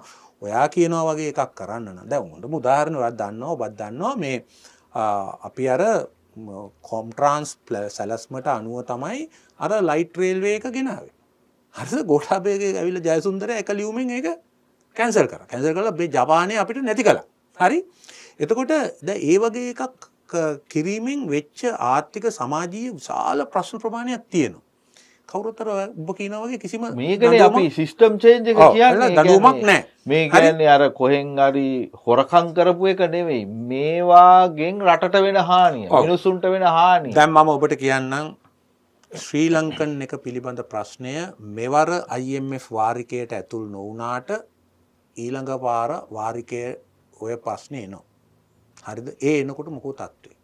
ඒ එනකොට තමයි මේ රටේ පාම් පිටි වලින්, කිරි පිටි වලින්, විදුලි වලින්, ඩීසල් වලින්, ගන්න බදු වලින් ශ්‍රී ලංකන් ගුවන් සේවයේ විශේෂම රාජපක්ෂලගේ කාලේ ඇති කරපු ඒ කාලකන්ණි පාඩු ටික අපේ ජනයා පිට පටවලා පුජ්‍යලිකාංශයේ හොඳ සමාගමකට මේක ටොපර් එකට ගන්න පුළුවන් විදිහේ තැනක් බවට අර පත් කරනවා. හරිද? පුළුල් බඳ සහිත එකත් එක්ක දෙනවා. පත් කළා ඇවිල්ලා කියනවා ඔය හොඳ මාධ්‍ය සාකච්ඡාවක් වෙන පාතලා හරබර වදන් වලින් අපි සෑහෙන්න හැප්පුණා මේ කොහොමද ජාත්‍යන්තර මූල්‍ය අරමුදලත් එක්ක අපි අතර විසම්මුතින් තියෙනවා. ඒ විසම්මුතින් ගැටෙන්න උනා. නමුත් අවසානයේ රට වෙනුවෙන් තීරණයක් ගන්න උනා. මේක පුජ්‍යලිකාංශයට මේ ඩයිවර්සිෆයි කරන්න. එතකොට අර මිතුරා ඒ මිතුරාගේ ආයතනය සහ දැන් වර්තමාන සභාපති ඇතුළු පිරිස මේ ගැන මරු සෙල්ලම. මේක එහෙම මම දැනට කියනවා මේක එහෙම වුණොත් අනිවාර්යයෙන් මේ පිළිබඳව ඔබලා ඉන්නවනේ මාධ්‍යවේදීන් හැටියට ඉන්වෙස්ටිගේට් කරන්න. මේක දෙසැම්බර් වෙනකොට වෙන්න ඉඩ තියෙනවා. මම රවි මට අහන්න හිතුනේ අවසානයේ මේ කාරණා ඔක්කොම අවසානයේ දැන් මේ දැන් හිරේ යන අය හිරේ යන විදිහේ ඒවට වඩා වෙනස් කාරණාවලට මට හිතෙන්නේ මේ ආණ්ඩුවේ අය ඊළඟ වතාවකදී හිරේ යයි කියලා. ඒ කියන්නේ ජනතාවට තේරුම් ගන්න බැරි වෙයි ඇයි මේ මිනිස්සු හිරේ යන්නේ කියලා. ඒ කියන්නේ මේ විදිය න්‍යායික කාරණා, ටෙක්නිකල් කාරණා වලට ඒ කියන්නේ ඒගොල්ලෝ ගොඩක් හිතාගෙන ඉන්නවා මේවා කවුරුත් දන්නේ නැහැ කියලා. හැබැයි මේවා එළියට ආවොත් ඒගොල්ලන්ටත් ලොකු අභියෝග වලට, නීතිමය අභියෝග වලට මුහුණ දෙන්න වෙයි. අනිවාර්යයෙන්ම දැන් ලංකාවේ සේපාල තියෙන ලොකු ප්‍රශ්නයක් තමයි ඔය ප්‍රොකියුමන්ට් වල ඇතුළු අනිකුත් කාරණාවල ඕ වගේ පුංචි දැන් හොඳ උදාහරණයක් ගන්නකො මේ මෑත ඇතුළු වෙච්ච ලුණු හිඟේ. ඔව්. දැන් ඕ වගේ පොදු දේපල අවභාවිතනේ තුනේ නේද? දැන් ලුණු හිඟයක් ඇති වෙනවද නැද්ද කියලා දැන් පත් කරන ලද අධ්‍යක්ෂක මණ්ඩලයට කෝපරේට් ප්ලෑන් එකක් තියෙනවා නම්, වාණිජ්‍ය සැලැස්මක් තියෙනවා නම් ලුණු තොග කොච්චර අපි ගාව තියෙනවද? එහෙම නැත්නම් සීනි තොග කොච්චර අපි ගාව තියෙනවද? අනාගතේ කොහොමද ඒවා නිෂ්පාදනය වෙන්නේ? හිඟයක් ඇති වෙනවද? මේවා පුරෝකථනය කරලා තියෙන්න eBay. නමුත් ඔබට පේනවා ඇති අර කෝප් ස්වභාවය. මම ඔබට කියන්නේ හඳුන්නෙත්ති සින්ඩරෝම් එක කියලා. හරිද? හේතුව මේකයි. කෝප් එකට ගේනවා සභාපතිව. දැන් අහනවා ඔයා ගෙදර ලයිට් අරන්නේ. සමිතියේ සභාවේ ලයිට් අරන්නේ ලොකු වරදක් කළා තියෙනවා. ඔයාගේ කාර් එකට ටයර් දාලානේ. අන්න ඒව තමයි එතන ඉන්නේ. එතන සාකච්ඡා කර කර ඉතින් ඒ නිලධාරීන් ඒ සභාපතිලා ගෙනල්ලා උන්ව මඩෝ ඉන්නවා. කවදාවත් අර කෝපරේට් ප්ලෑන් එක ගැන අහන්නේ. හරිද? ඒ කෝපරේට් ප්ලෑන් එකට අනුව ඒවා ගියාද නැද්ද කියලා හොයන්නේ. හරි? ඒ අනුව ඔය කෝප් එකේ සභාපතිලත් අද ඔය කරගෙන යන්නේ ලාභ ප්‍රචාර. හරි? දැන් ඔය අපේ කාලෙත් අපි කරන්න ඉඩ දුන්නේ නැහැ. අපි ඔය හිටියේ අපිව කරන්න ඉඩ දුන්නේ නැහැ. ඔය රටේ තිබිච්ච ලොකුම හොරු දැන් බදු හොරු ගැන කියනවා. කෝටියට වඩා වැඩියෙන් බදු පොළු තියපු මිනිස්සු ඉන්න 4275. 4270. හරිද? ට්‍රිලියනයක බදු පොළු. හරි? එතකොට අර කවුද මේ ඇමති කෙනෙක්ගේ නෝනා කෙනෙක් ගැන විතරක් කතාවද නේ. ඒකත් මේ පරණ නඩුවක්. හොඳේ. මේවා අය කරගන්න මොකද්ද ගිය ක්‍රියාමාර්ගය? හරිද? දැන් කස්ටම් එකෙත් යම් කිසි බදු පොළු ප්‍රමාණයක් තියෙනවා. නමුත් කස්ටම් එකේ ලීකේජ් එක. කස්ටම් එකේ ලීකේජ් එක වසරකට බිලියන 4ක් ඩොලර්. හරි? ඩොලර් බිලියන 4ක්. අපේ අර අපි කියන්නේ ගෙවුම් ශේෂය බැලන්ස් ඔෆ් පේමන්ට් එක සාමාන්‍යයෙන් ඩොලර් බිලියන 3ක් විතර. ඒ කියන්නේ කස්ටම් එක හරියට ගොඩ දැම්මොත් අනුර දිසානායක මේ රටේ ගෙවුම් ශේෂ ප්‍රශ්නයක් නැහැ. හැබැයි මොනවද අපිට ඇහෙන දේවල් මේ කස්ටම් එක පැත්තෙන් රතු ලේබල් ගහපු කන්ටේනර් 323ක් හරි 156ක් හරි කීයක් හරි එහෙම එළියට ගියා. ලයිස්තු කිහිපයක් තියෙනවා. ඔව් ලයිස්තු මෙහෙම වුණාය අරම වුණාය මෙහෙම වුණාය කියන එක. දැන් මම දන්නවා මම කස්ටම් එක කාලයක් පාර්ලිමේන්තු ඕවර්සයිට් කමිටිය කළා. දැන් කස්ඩෙක් එක එහෙම නැත්නම් කස්ටම් ඩෙක්ලරේෂන් එකේ යම් දේවල් අපිට එවනවා වෙන්න පුළුවන්. හරිද? යම් සමාගම්. එතකොට මේක රතු ලේබල් කිරීමට කස්ටම් එක තීරණය කරන හේතු ගණනාවක් තියෙනවා. එකක් මේ ගෙන්නන පුජ්‍යලයාගේ සැකකටයුතු අතීත භාවිතය. ඒක එයාගේ කම්පියුටරේ තියෙනවා. එයා ෆ්ලෑග් වෙලා ඉන්නේ. හරි? ඒතර ඒ අනුව ඒක මේවා වෙනවා. ඒ වගේම සමහරට ඩෙස්ටිනේෂන්. මේවා කොහෙන්ද ආවේ පොඩ්ඩක් කැරකිලා බලන්න ඔය හරි වෙන එච්චර හොඳ රටක් කරා ආවේ නැත්තම් එහෙම ඒවා ෆ්ලෑග් වෙනවා. ඒ වගේ හේතු ගණනාවක්. සමහර වෙලාවට ඉතින් අපේ කස්ටම් එකේම නිලධාරීන් මේවා ෆ්ලෑග් කරනවා. මොකද මේවා ගිහිල්ලා කඩලා බලලා කඩන බවට තර්ජනය කළා හරි එහෙම පොඩි ගණන් හිලව කතා කරගන්න. ඒව වෙනවා. ඒ තමයි ඇත්ත. හරි? එතකොට අනිවාර්යයෙන්ම රතු කොඩි දාපුවා නැත්නම් ෆ්ලෑග් කරපුවා කඩා බැලිය යුතුයි ඔරුගොඩ වත්තට ගෙනහිල්ලා. ඒ අනුව කස්ටම් එකේ මාධ්‍ය ප්‍රකාශකයා කරපු දේ සම්පූර්ණ වැරදි. මම මේක දන්නවා. හරි? ඔය කියපු ප්‍රකාශය වැරදි. ඔහුව අනාගතේ ප්‍රශ්න කරන්න පුළුවන්. මොකද මේක කිව්වේ කස්ටම් එකේම අයනේ. ඒක අනිත් එක මමත් ඒක දන්නවා. ඊළඟට අර ඇම්බර් එක. එහෙම නැත්නම් කහපාට දැම්මම මේක යවන්න ඕන ස්කෑනර් එක හරහා. ස්කෑනර් එකේ ලොකු ප්‍රශ්න තියෙනවා. නමුත් ස්කෑනර් එක හරහා ලොරිය යනවා පැයට කිලෝමීටර් 7ක වේගෙන්. ඒතර කම්පියුටරෙන් බලන් ඉන්නවා කස්ටම් නිලධාරී. ඒකක්වත් මේකේ කළාද? නැහැ. දැන් කස්ටම් එකේ ওই ප්‍රශ්න තමයි දැන් අපි පොලින් නැහනේ. දැන් යනවා වැඩේ නියමිත කියලා ඔය ඉන්නේ. කස්ටම් එකේ ලීකේජ් කස්ටම් එකේ හිටපු වෘත්තීය සමිති නායකයා තමයි අද ජනාධිපති ලේකම්. හරිද? ඔව් හොඳටම දන්නවා මේ ප්‍රශ්න අපි සාකච්ඡා කළා අපි ගොඩ නැගුවා කියලා. කස්ටම් එකේ අපි ආදායම් සෑහෙන වැඩි කළා දුන්නා.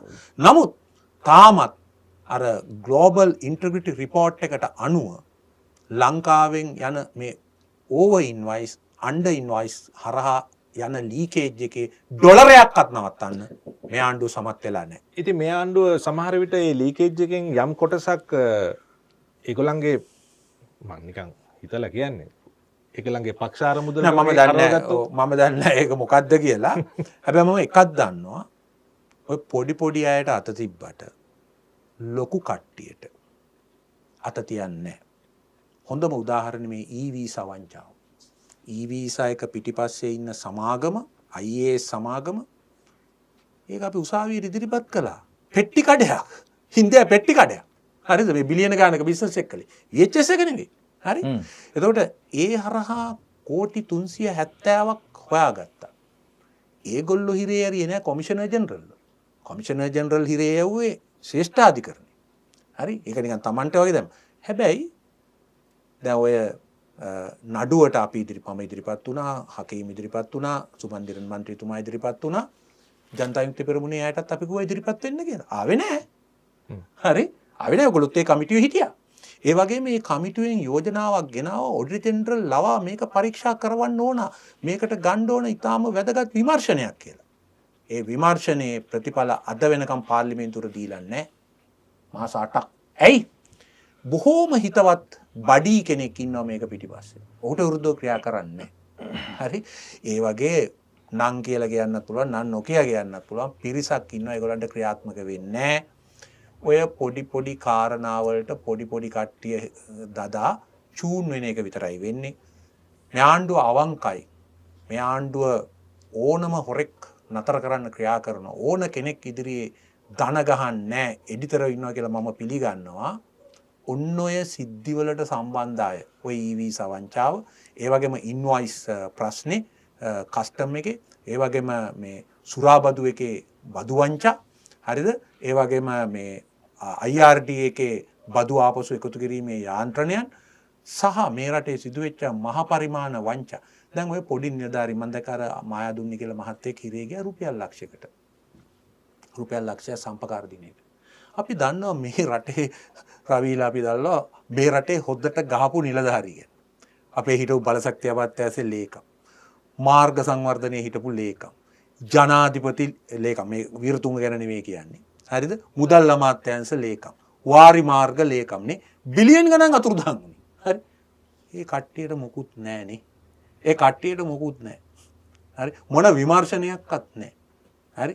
ඒතර මේකෙන් අපිට පේන්නේ මොකද්ද? මම අද කියනවා මහින්ද රාජපක්ෂට හෝ රනිල් වික්‍රමසිංහට අත තියන්නේ නැහැ. මොනම තත්ත්වයක් ඇත්තේ. හරි? ඔය නිකන් වටේ ගියාට ඔය මහින්දානන්දල වගේ මහින්ද රාජපක්ෂ කියන එක කරන්න ගිහලා අමාරුයි වැටිච්ච අය වටේ ගියාට. ඒකත් මේ උසාවියෙන් දීපු තීන්දුවන්නේ මේගොල්ලෝ දාපු නඩුවක් නෙවෙයිනේ. ඒකත් යහපාලන කාලෙකක්නේ. අත තියන්නේ නැහැ. ඒ වගේම මේ දැන් ඔය ජනතා විමුක්ති පෙරමුණම පැමිණිල්ලක් දාපු සීනි බදු වංචාව මහ බැංකු හොරකමකට වඩා ලොකුයි කියලා විශාල ප්‍රචාරණයක් අරගෙන මම හිතන්නේ ආණ්ඩුවක් පෙරලා ආණ්ඩුවක් ගන්න තරමටම පබ්ලිසිටි කැම්පේන් එකක් කරපු එක දැන් මේ වෙනකොට එහෙම අපරාධයක් වෙලා නැහැ කියලා තියෙනවා. මේක කොහෙද තල්ලු වෙන්නේ? ඔතන ප්‍රශ්න දෙකක් තියෙනවා. මේක සිවිල් වරදක්ද අපරාධ වරදක්ද කියලා.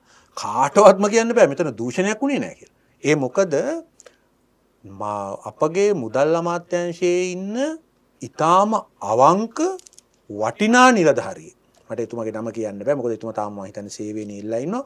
වටිනා නිලධාරියෙක් පාර්ලිමේන්තුවේ අනුර ප්‍රියදර්ශන යාපා සභාපතිත්වයේ දරපු කොප්එෆ් එකට වාර්තාවක් දුන්නා බිලියන 16ක් සමාගම් 7ක් බෙදාගත්තා කියලා. හරිද? අපි නෙමෙයි කරේ. ඒ විමර්ශනය කළේ කවුද? මුදල් අමාත්‍යාංශය. හරි? එතකොට ඒ විමර්ශනයේ වාර්තාව අනුව දූෂණයක් කළාද? ඒක චේතාන්විතව යම් කිසි අපරාධමය වරදක් වුණාද නැද්ද කියන එක ඇවිල්ලා ඒක මම දන්නේ නීතිමය කාරණයක්. නමුත් දූෂණය නැමැති වරද පැහැදිලිව වෙලා තියෙනවා. ඒ විතරක් නෙමෙයි ආයෙ මේක කළා. හොඳේ අර මහ බැංකු වංචාව වගේ රුපියල් 50 බද්ද 725 කරද්දිත් ගැහුවා. ඊළඟට 725 ආයෙ රුපියල් 50 කරද්දිත් ගැහුවා. හරිද?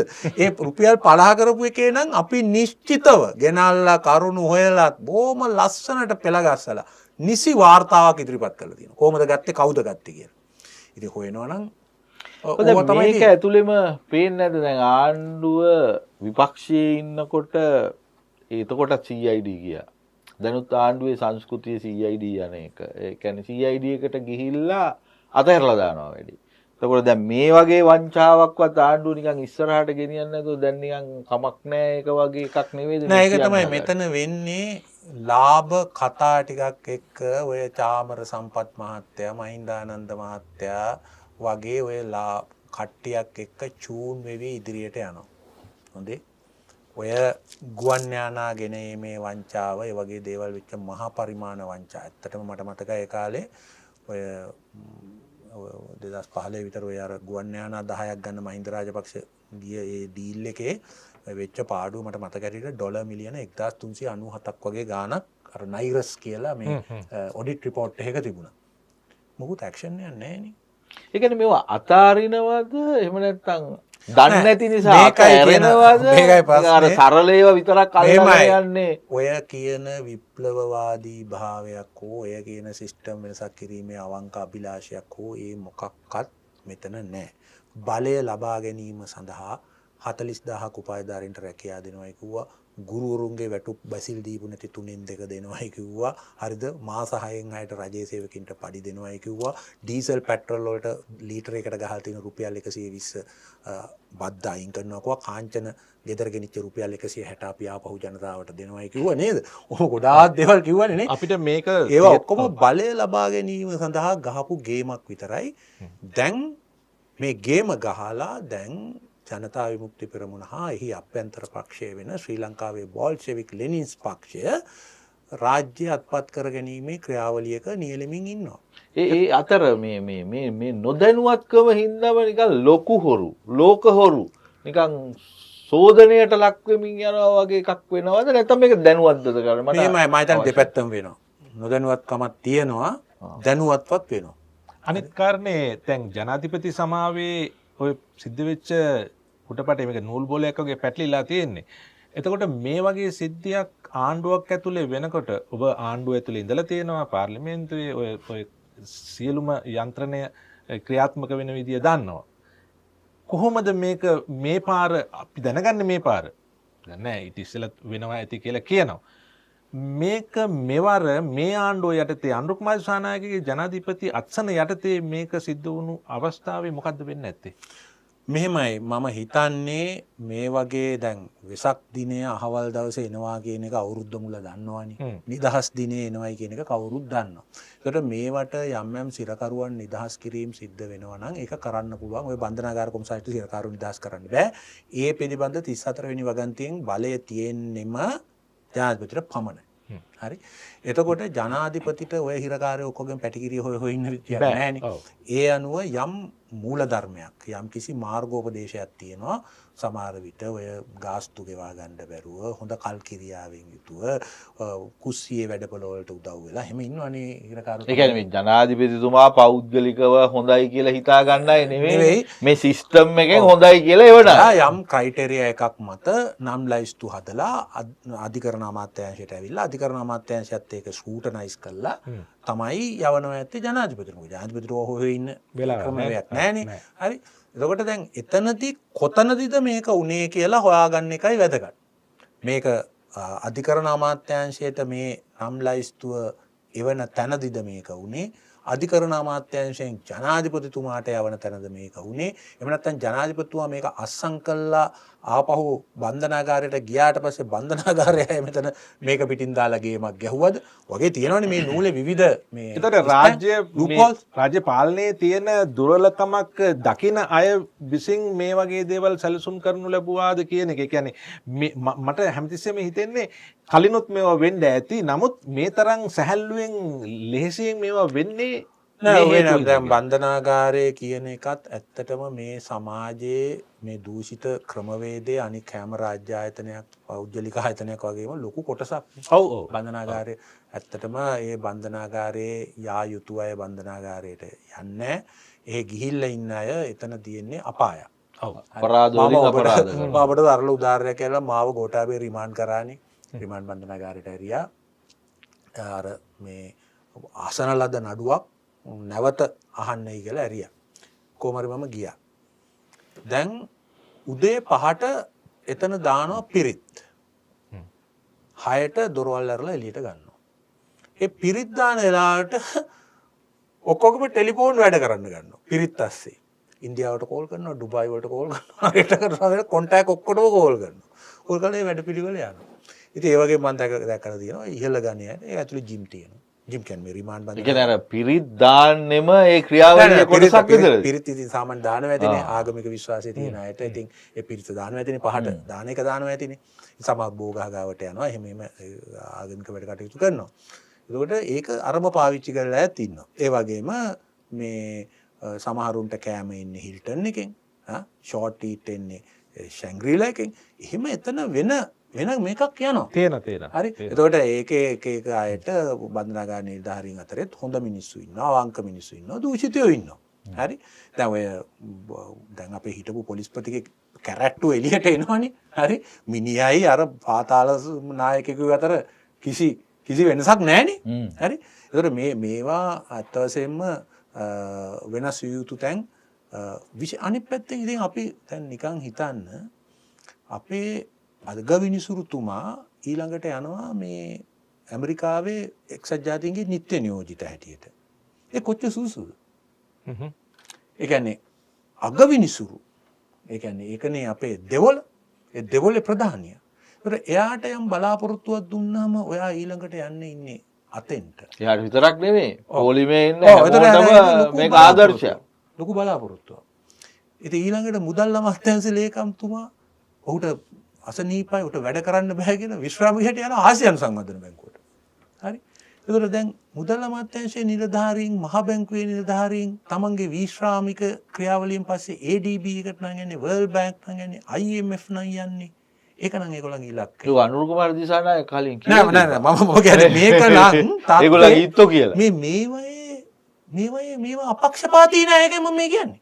දැන් ඕවායේ ස්වාධීනත්වය ගැන මේ හැමෝම කතා කරන්නේ. ඒතර මේ අපක්ෂපාතීත්වය පිළිබඳ ප්‍රශ්නයක් පැනලා නගිනවා. මම හිතන්නේ අපේ ඔය අධිකරණ සේවා කොමිෂන් එක වගේ ඒවා රාජ්‍ය පරිපාලනයේ එහෙම බොහොම විවෘතව කියන්න ඕනේ. සියලුම අමාත්‍යාංශ ලේකම් දුර දෙන්නේ විශ්‍රාමයෙන් පස්සේ නැවත පදවි බාර ගන්න බෑ. ශ්‍රේෂ්ඨාධිකරණයේ අභ්‍යාචනාධිකරණයේ පදවි දරන අය නීතිපති දෙපාර්තමේන්තුවේ නීතිපති වැනි පදවි දරන අය නැවත අධිකරණයේ ප්‍රැක්ටිස් වලට එන්න බෑ. එහෙම සම්ප්‍රදායක් අපි ඇති කරගත්තේ නැත්නම් මේවයි අපක්ෂපාතීත්වය ගැන බරපතල ප්‍රශ්න පැනනගිනවා. ඔව්. දැන් රාජපක්ෂ පාලනය තුල හෝ රනිල් වික්‍රමසිංහ මහතාගේ පාලනය තුල හෝ ඔබ සම්බන්ධ වෙලා හිටියේ ඒවැයි සිද්ධ වුණු කාරණා සිද්ධ වුණු විදිහට නෙවෙයි. නමුත් වෙනත් විදිහකට මේ ආණ්ඩුවත් අනුර කුමාර දිසානායක යටතේ ඒ දේවල්ම වෙනත් විදිහකට සිද්ධ වෙනවා කියන එකද කියන්නේ? නෑ මෙහෙමයි මම කියන්නේ මෙතන අපේ රටේ මහජනයා ඔය නොඑක් චෝදනා අනික් අයට කළාට මිනිස්සු එක්තරා ආකාරයකට පරිණත භාවයෙන් තොරව තීරණ ගන්නවා. දැන් එක කාලෙක 2019 දී ගෝඨාභය රාජපක්ෂ මහත්තයාගේ මේ අපි කියන ජනකාන්තවාදී දක්ෂිනාංශික දේශපාලනයකට රැවටුණා. ගෝඨාභය රාජපක්ෂ මහත්තයා වෙනස්.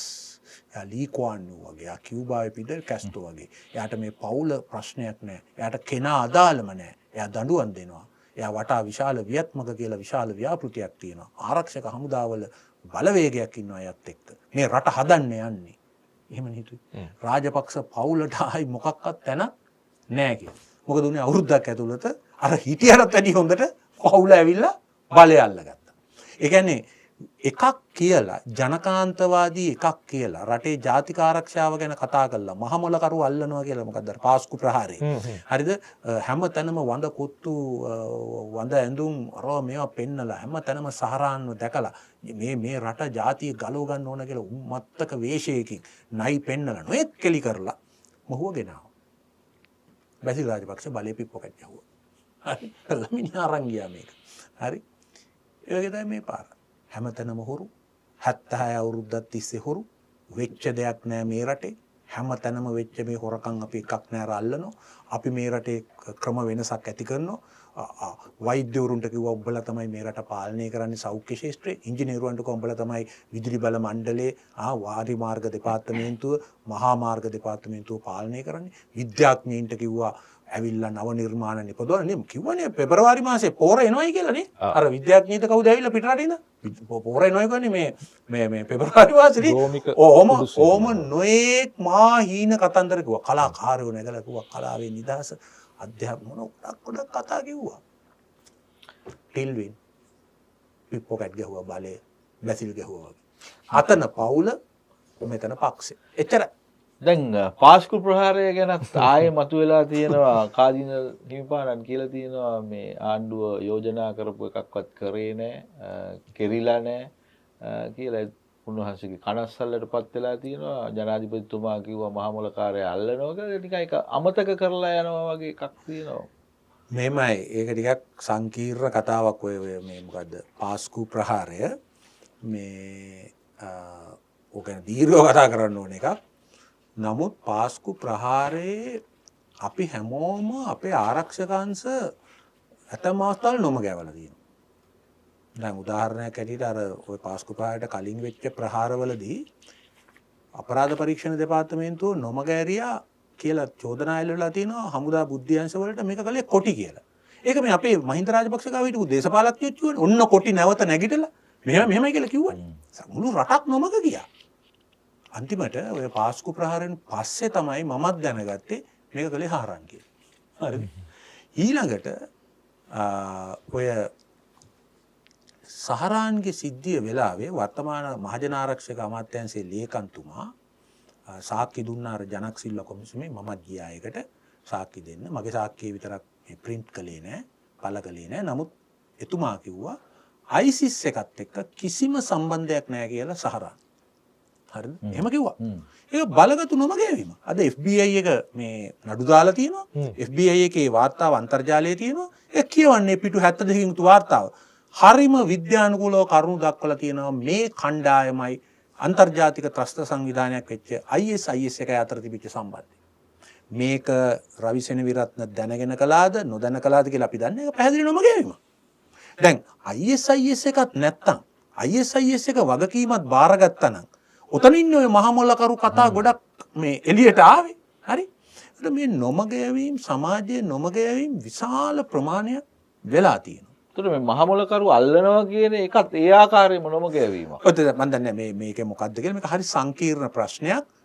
මේ සංකීර්ණ ප්‍රශ්නේ විසඳන්න නම් මේ ප්‍රශ්නෙට සම්බන්ධයක් නැති මේ ප්‍රශ්නය ගැන විවරණයක් කරන්න පුළුවන් විදිහේ ස්වාධීන පිරිසක් විසින් මේ අපි ඉදිරියේ තියෙන මේ ගැටලු IS එක තිබිච්ච සැබඳියාව ඒ වගේම සහරාන්ට අරමුදල් සම්පාදනය කරපු ඊබ්‍රාහිම් පවුල ගැන හරිද? දැන් දෙවන ලෝක යුද්ධ වෙලාවේ මේ ජර්මනියේ සමාගම් හිට්ලර්ට සල්ලි දුන්නයි කියලා මුළුමනින් මේ විනාශ කළා දැම්මා. ඒවා කියන්නේ අත්අඩංගුවට ගත්ත ඔක්කොම කළා. දැන් මේ ප්‍රහාරයට සම්පූර්ණ අරමුදල් සපයපු ඊබ්‍රාහිම් මහත්තයා අනේ සැපෙන්සුවෙන් ඉන්නවා. හරි? කොම්රේඩ් ඊබ්‍රාහිම්. කොම්රේඩ් ඊබ්‍රාහිම් හරි සැපෙන්සුවෙන් ඉන්නවා. හරි? එතකොට මේ අර අනතුරක් වළක්වා නොගැනීම වගේ එකක් මේ පාරේ මාර්ග නීතිය යටතේ මෙතනත් මේක වළක්වා නොගැනීම කියන එකේ යම් වගකීමක් මම හිතන විදිහට ඔය කතා කරන බොහෝ දෙනෙක් අතේ තියෙනවා. නමුත් ඒකට නීතිමය ක්‍රියාමාර්ග ගන්න පුළුවන්ද කියන එක විතරයි. නෑ ඇත්තටම ඒක ගැන නම් සෑහෙන පොලිසිය වග කියන්න ඕනේ. ඔය හුඟක් අය කියන මේ ආණ්ඩුවේ අයට දැනුම් දීලා තිබුණා මුන් මේවට වග කිව යුතුයි කියලා මතයක් හැදුවානේ. හරි. එහෙම ඇත්තටම දැනුම් දීලා තියෙනවා. අපේ ආරක්ෂක ප්‍රධානීන්ට දැනුම් දීලා තියෙනවා. නමුත් ඕ වගේ ලියුම් සේපාල විටින් විට එනවා. හරි. ඒ කියන්නේ විටින් විට ඕ වගේ ප්‍රහාර එල්ල වෙනවා, මෙහෙම වෙනවා, අරම වෙනවා. ඒක LTT එක සම්බන්ධයෙන් විතරක් ඕ වගේ සිද්ධි 3ක් දැනුම් දීලා තියෙනවා. ඉතින් අපේ ආරක්ෂක ප්‍රධානීන් සමහරු මේවා සීරියස් ගන්නවා. සමහරු දැන් උදාහරණයකට දැන් මගේ හිටපු ප්‍රධානී මේක ගණන් ගත්තේ නැහැ. කොටින් මම ওই සිද්ධිය වුණේ අප්‍රේල් 18 හරි 19 පාස්කු. ඊට කලින් දවසේ මම ගියා ඔය පාස්කු නාට්‍ය උළෙලක් විවෘත කරන්න. අප්‍රේල් 21 18 නැත්තම් 19 මම ගියා පාස්කු මේකක් විවෘත කරන්න ඔය උතුරු කොළඹ. මේ පාස්කු නාට්‍ය ස්වාමීලා ඔක්කොම ඇවිල්ලා හිටියා සිස්ටර්ස්ලා. අපි දන්නවනම් අපේ මිනිහා නවත්තනවනේ මාව යන්න එපා කියලා මෙහෙම අනතුරක් තියෙනවා කියන්නේ. හරි? එහෙම එකක් කිව්වේ නැහැ. හරි? අපි දන්නේ නැහැ. ඇත්තටම බෝම්බේ පිපුරුණා කියලා දැනගත්තම මං හිතුවේ LTT කියලා. ඒ කියන්නේ මරාගෙන මරන වැඩ කරන්න හිටිය අපේ රටේ ඔච්චරයිනේ. හරි? ඉතින් ඒ වගේ මේ සමාජයේ නොදැනුවත්ව තිබුණා මේ ක්‍රියාව. හැබැයි මම ඕක ගැන මට තේරුණා මේ වගේ ක්‍රියාවලියක් මේ මුස්ලිම් සමාජය ඇතුලේ මෝරා යමින් තියෙනවා කියලා මම ඕක ගැන පොතක් ලිව්වා. ඒ පොතට මට විශාල චෝදනා එල්ල වුණා. මේ කිඹුලෝ කොරහේ දකින්නවා මෙහෙම දෙයක් නැහැ. මේ මුස්ලිම් විරෝධය මේ මිනිහාගේ ඇඟේ තියෙනවා. අරම එකේ මට ගොඩාක් දෙනෙක් මගේ හිතවත් මුස්ලිම් අය පවා කිව්වා. නෝ වුණානේ. එහෙනම් මට අන්තිම ප්‍රශ්නේ අහන්න ඕනේ රවි කාලේ තියෙනවද දන්නේ කොහොම හරි ඉරාන ඊශ්‍රායල යුද්ධය නිසා දැන් අපේ රටට විශාල ප්‍රශ්න ප්‍රමාණයක් පැමිණෙමින් තියෙනවා කියලා දැන් පුවත්පත්වල තියෙනවා. ඒ වගේම තමයි අපේ දකුණු වෙරළ තීරයේ ඊශ්‍රායල ආගමික මධ්‍යස්ථාන පවත්වාගෙන යනවා. ඒවා ගැන මේ රටේ ඉන්න මුස්ලිම් අය විරෝධය පළ කරමින් ඉන්නවා. දැන් මේවට ආණ්ඩුව මේ ගනිමින් ඉන්න පැලස්තර ක්‍රියාමාර්ග සහ මේ තත්ත්වය සම්බන්ධයෙන් මොකද හිතෙන්නේ? ඇතරම ඊශ්‍රායලය ඉරානයට ගහපු ගැහිල්ල එහි හමුදා නායකින් සියලු දෙනා ඝාතනය කළා කමාන්ඩ් සෙන්ටර්ස් වලට ගහලා නියුක්ලියර් ෆැසිලිටිස් වලට ගහලා නියුක්ලියර් සයන්ටිස්ට්ලාව මරලා ඒ පැහැදිලි යුද්ධ ප්‍රකාශ කිරීමක්. ඔව්. ඒක නිකන් පාරා ගැහිමක් නෙවෙයි. ඒක පැහැදිලි යුද්ධ ප්‍රකාශ කිරීමක්. ඒ අනුව ඉරානයට මම දන්නේ කොච්චර හැකියාව තියනවද කියලා ෆුල් බ්ලෝන් වෝ එකකට තමයි එතන තියෙන්නේ. මේක දින 6 යුද්ධය වගේ 1967 දින 6 යුද්ධයට කලින් මොෂේ දයන් ඊජිප්තුවට කරපු දේ. ඊජිප්තුවේ කමාන්ඩ් සෙන්ටර් එක බිමට සමතලා කරලා කරපු දේ තමයි මේක කරේ. ඒක ඉරානයට පුළුවන් ද කොච්චර ප්‍රතිචාර දක්වන්න කියන එක. එතකොට ඉරානයයි ඊශ්‍රායලයයි මේ කලාපයේ ලෝකයේ තෙල් වෙළඳාමේ 30% විතර කරන කලාපයක්. මේක අනිවාර්යයෙන්ම තෙල් මිල ඉහළ යාමට බලපාන දැනුත් වෙලා තියෙනවා. ඊළඟට අපේ සේවකයෝ ලක්ෂ සංඛ්‍යාත පිරිසක් ඊශ්‍රායලෙත් ඉන්නවා. ඉරානයේ නම් එච්චර නෑ. නමුත් සෞදි අරාබියේ ඉරානයට කිට්ටුව තියෙන ඩුබායි අබුඩාබි කලාපයේ කටාරවල මේවා සේවය කරනවා. ඒකට අර මතක ඇති කුවේට් යුද්ධය වෙලාවේ ලක්ෂ ගණන් මිනිස්සු අපේ මිනිස්සු ආගිය අතක් නැතුව අනාථ වුණානේ. අර සදාම් හුසේන් ආක්‍රමණය කරපුවා. හරි. වන්දි හම්බුනේ මතන අවුරුදු 10කට විතර පස්සේ. ඒ වගේ මහ ඛේදවාචකයක් කරා යන්න උනත් පුළුවන්. මේක නවත්ත ගන්න පුළුවන් වෙන්නේ ටිකක් ලොකු මැදිහත් වීම. ඒ කියන්නේ මේක ඇත්තම කිව්වොත් දෙන්නටයි පුළුවන්. එකක් එක්සත් ජනපදයේ අනික චීනය. මේ දෙන්නට දෙපැත්තෙන්ම පුළුවන්. එක පැත්තකින් එක්සත් ජනපදයට යුද්ධමය වශයෙන් ඊශ්‍රායලයේ තවදුරටත් ශක්තිමත් කළා, ඉරානයේ බිම්බත් කළා, ඉරානයේ පාලන තන්ත්‍රය වෙනස් කරලා එහෙම මේක කරන්න. මේකේ නමත් ඒකනේ රයිසින් මේ ලයන්නේ. රයිසින් ලයන් ඉන්නේ අරේනේ මේ පර්සියාවේනේ මේ ඉරානයේ සංකේතයනේ. එතකොට ඒ කරන්න පුළුවන්. එහෙම නැත්නම් චීනයට පුළුවන් ඉරානයට උදව් කරලා ඊශ්‍රායලයේ දන ගස්සන්න. දැන් ඔය චීනේ පාකිස්තානයට පොඩි සෙල්ලම් දෙකක් දාලානේ අර ඉන්දියාව දන ගැස්සුවේ. ඒ වගේ වෙන්න පුළුවන්. අපි දන්නේ නැහැ ඒක කොයි විදිහට වෙයිද කියලා. ඒ රටවල් දෙක හා රුසියාවයි යුරෝපයයි මැදිහත් වුණොත් මේක සෙටල් වෙයි. නැත්තම් නරකම තත්ත්වයට මුහුණ දෙන්න ඕන ලංකාව ෆුල් බ්ලෝන් වෝ එකකට. ඊශ්‍රායලයේ සිනෝගෝග් වලට මේ මුස්ලිම් ජනතාවගේ විරෝධය යුක්ති සහගත එකක් නෙවෙයි. ඒ කියන්නේ ඒවා කල්චරල් සෙන්ටර්ස් හැටියට පවත්වාගෙන යන එක. ගැටලුව මේකයි. ඊශ්‍රායලයේ හමුදා සමාජිකයින් අන්තර්ජාතික යුද අධිකරණයෙන් ICC එකෙන් යම් වරදකරුවෝ කියලා එහෙම හඳුනාගෙන නම් කරලා තියෙනවා නම් අන්න ඒගොල්ලෝ ලංකාවට එනවද නැද්ද කියලා ස්ක්‍රීන් කරන එක මේ ලංකාණ්ඩුවේ වගකීමක්. එහෙම නැතු මේ ඊශ්‍රායල් ජාතිකයෙක් ඌ පමණි ඔහු ලංකාවට ආව පමණි ඔහු මේ දැන් ඔය අපේ රටේ පවත්වනවානේ දැන් උදාහරණයක් හැටියට ඔය බායි ආගමේ එහෙම මූලස්ථානයේ ඒවා මේ ආගමික මේවා මෙහි පවත්වනවානේ හැමදාම. එතකොට ඒ අපේ ඉන්නේ සුළු පිරිසයි ඒගොල්ලෝ. මම දන්නේ යුදෙව්ව නම් ලංකාවේ නැතුව ඇති. නමුත් සුළු පිරිසයි. නමුත් පිටරටින් එනවනේ විශාල පිරිසක්. ඉතින් අපි බම්බල පිටියේ මේ හැමතැනම ඉඩ දෙනවනේ ඒගොල්ලන්ට ඒ ආගමික ක්‍රියාවලිය. ඉතින් අපි සංචාරක ව්‍යාපාරය මේ ප්‍රබෝධමත් කරන්න නම් ඉන්නේ අපිට මේ වැඩක් නැහැ මේ කොයි කවුද කියලා අපේ රට ඇතුලේ වියදම් කිරීම විතරයි අපි බලන්න ඕනේ. තා ඒගොල්ලන්ට යම් සංස්කෘතික ක්‍රියාවලියක් අවශ්‍ය නම් ඒ සංස්කෘතික ක්‍රියාවලිය ඉඩ දෙන එක. හැබැයි අන්තර්ජාතික යුදාධිකරණවල යුදාපරාධකාරයෝ කියලා හඳුනාගත් පිරිස් ලංකාව සැන්ක්චුවරි එකක් කරගන්නවා නම් අන්න ඒක ගැන හොයා බැලීම අවශ්‍යයි. හැබැයි මේක මෙහෙම නරක පැත්තක් තියෙනවා. ඒ කියන්නේ ඔය ක්‍රියාවලිය හරහා අරුගම්බේ එහෙම නැත්නම් වැලිගම එහෙම නැත්නම් ඇල්ලේ මේ තැන්වල තියෙන මේ ඊශ්‍රායල් ආගමික සංස්කෘතික මධ්‍යස්ථාන වලට පහර දීම මෙහෙම කළොත් අන්න එකයි. හරිද? එහෙම කළොත් ලංකාවට ඉතාම භයානක මේ අපි කියන්නේ ඒ කියන්නේ consequences මේ පසු ප්‍රතිඵල වලට ලක් වෙන්න වෙනවා. ඒක තමයි. දැන් ඒගොල්ලෝ විශේෂ ආරක්ෂාවක් සැලසලා තියෙනවා කියලා කියනවා. දැන් මොකද ඔය ඔබට පේනවා ඇති දකුණු අප්‍රිකාවට ඇමරිකා එක්සත් ජනපදයේ සලකපු හැටි. දකුණු අප්‍රිකාව කරන වරද මොකද්ද? ඊශ්‍රායලයේ අන්තර්ජාතික යුද අධිකරණයට ගෙන යාම. හරිද? ඒක මම හිතනවා හරි මානුෂීය පැත්තෙන් ගත්තොත් හරි යුක්තිසහගත දෙයක් වුන් කළේ. හැබැයි ඇමරිකාව දුන්න සෑහෙන දඬුවම් ටිකක් දකුණු අප්‍රිකාවට.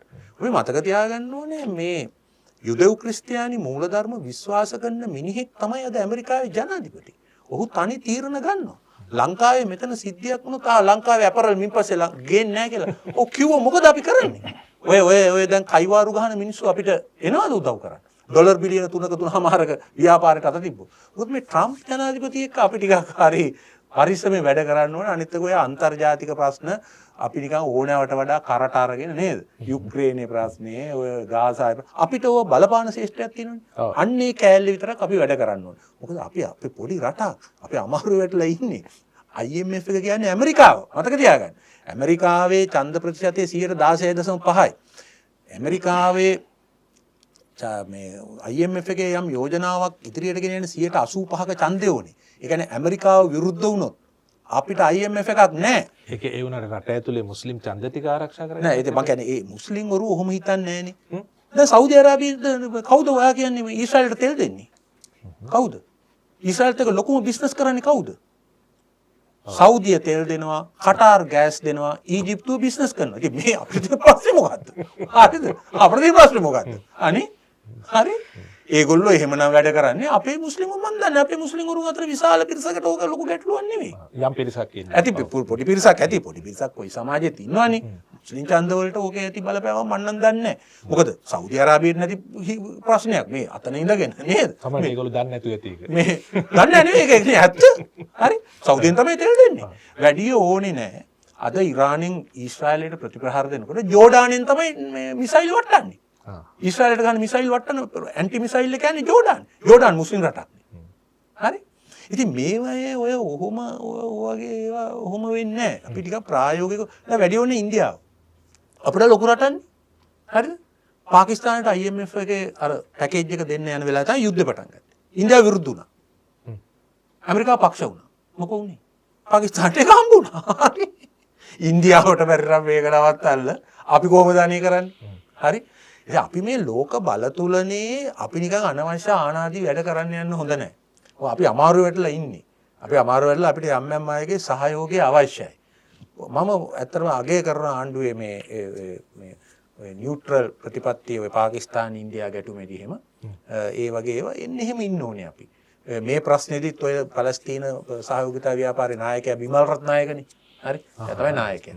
ඒතර බිමල් රත්නායක මහත්තයා එහෙම හිටියට මේ ප්‍රශ්නේදීත් මේ සිනෝගොග් වලට විශේෂ බලකාය ආරක්ෂාව දීම මම නම් දකින්නේ ලොකු ප්‍රශ්නයක් කියලා. මොකද හැබැයි අන්න අර ස්ක්‍රූටනයිස් කිරිල්ල අර ස්ක්‍රීන් කිරිල්ල වෙනවද? යම් යුද අපරාධ වලට සම්බන්ධ වෙච්ච අය එනවද නැද්ද කියන එක බලනවාද? දැන් මොකද මේ ළඟදී ඇමරිකා මේ එංගලන්තයේ මේ ඒ වගේම කැනඩාව ඕස්ට්‍රේලියාව එහෙමත් ඇතම් ඊශ්‍රායල් නායකින්ම ඒ කියන්නේ විදේශ මේ ආරක්ෂක ඇමති මුදල් ඇමති වගේ අයවත් තහනම් පුජ්‍යලෙව වඩපත් කළා. යුද අපරාධ වලට වග කියන්න ඕන කියලා. ඉතින් ඒ වගේ එක අපිත් යම් කිසි අන්න ඒ වගේ පොඩි එකක් කරනවා මිසක් මේ ඊශ්‍රායලයේ අය ලංකාවට ආයුතු නැහැ වගේ එකක් කිව්ව යුතු නැහැ. ඒ වගේ තමයි වැඩිකා පොඩි කාර්යයක් කියලා තියෙනවා. ඔය පැලස්තීනයේ ඊශ්‍රායල් කට්ටිය යුදෙව් ගෙනියන්න කලින් සුද්ධ ප්ලෑන් කරලා තුනේ ලංකාවට ගියේ. අවසාන වශයෙන් අපි එක ප්‍රශ්නයක් අහනවා. ලංකාව වෙනස් කරන්න ඕනේ කියලා හිතපු මිනිස්සු රටේ දේශපාලනය තිබිච්ච ක්‍රමය ඩෝසර් කරා. අපි කැමති වුණත් අකමැති වුණත් මේක වෙනවා කියලා ඔබ කල්තියා දැක්කා කියලායි අපි විශ්වාස කරන්නේ. මොකද ඔබ ඊටාම හිමින් චීරුවේ දේශපාලන පොරපිටියෙන් අයින් වෙනවා එක මොහොතක නිශ්චිත වෙලාවක එහෙම අයින් වෙන්න ඕනේ කෙනෙක් නෙවෙයි කියලාමයි අපිට හිතුනේ. නමුත් අපිට අවසානයේ තේරුණා සිද්ධ වෙච්ච දේ ඔබ කියවගෙන තියෙනවා කියලා. ඉතින් මෙන්න මේ ක්‍රියාවලියයි මේක නැවත ඔබ ජනරජ පෙරමුණේ නායකතුමා විදිහට නැවත මේක ස්ථානගත කරන තැන කොහොමද අපි කියවගන්නේ? නෑ මිනිස්සු ඇත්තටම ඇතැම් අවස්ථාවල අර අපි කියන්නේ අර මිනිසුන්ගේ සාමූහික නේද? අර මෑස් හිස්ටීරියා එක. ඒ කියන්නේ අර සාමූහික උමතුව මිනිසුන්ට එනවා. ඒක ඉතා සාධාරණ හේතු මත ආවේ. යකෝ ලයිට් නැත්තම් කන්න ළමයට බේත් නැත්තම් ගොවියට පෝර නැත්තම් මේ ගෙදර ලයිට් මේ තෙල් පෝලින් නම් මිනිසුන්ගේ එහෙම වෛරයක් කෝපයක් එහෙම එකක් එන එක අහන්න දෙයක් නැහැ. ඒ මෑස් හිස්ටීරියා එක තමන්ගේ මේ විශේෂයෙන්ම කාඩරවරු පාවිච්චි කරලා සංවිධාන ශක්තිය පාවිච්චි කරලා ජයිපේ පැහැරගත්තා. හැබැයි මම විශ්වාස කරන්නේ මේක ඓතිහාසික ප්‍රපංචයක් කියලා. ඒ කියන්නේ මේ සමහර අපේ ඉන්නවනේ අපේ ඉන්න සමහර ආචාර්ය මහාචාර්ය කියන මේක මේ 56 බලවේගය වගේ මේක ඓතිහාසික ක්‍රියාවලියක් මේක මෙහෙම යනවා කියලා නෑ.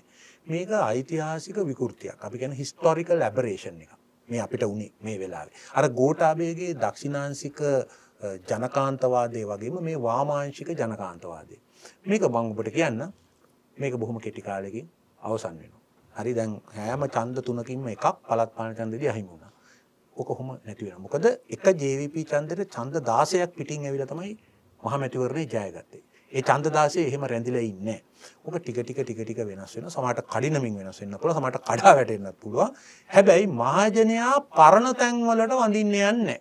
අපි ඒක මතක තියාගන්න. ඔය මිනිස්සු අමුතුම જાතියක්නේ අපේ මිනිස්සු විශ්වාස කරන්නේ තමන් හරි කියලානේ. හරි? එහෙම යන්නේ නැහැ. ඒක නිසා මිනිස්සුන්ට ක්‍රෙඩිබල් ඔල්ටර්නේටිව් එකක්.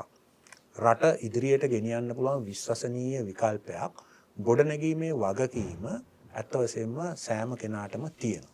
මොකද මිනිස්සු තව ටික දවසකින් අවබෝධ කරගන්නවා ඔය ඇවිල්ලා හිටපු කට්ටියගේ කතාවේ තරමට මොළ ලොකු නෑ කියලත් වැඩ ලොකු නෑ කියලා. හරි. ඒතර ඒ අවබෝධය ළඟා කරගත්තාම හැබැයි ඒකට පුරවන්න තැනක් හිස් තැනක් තියෙනවා. ඒකට අපි කියන්නේ විශ්වසනීය විකල්පයක් ඉදිරිපත් කරන්න ඕන. ඔයාටයි බෑටයි ඒතර තරක් තියෙනවා.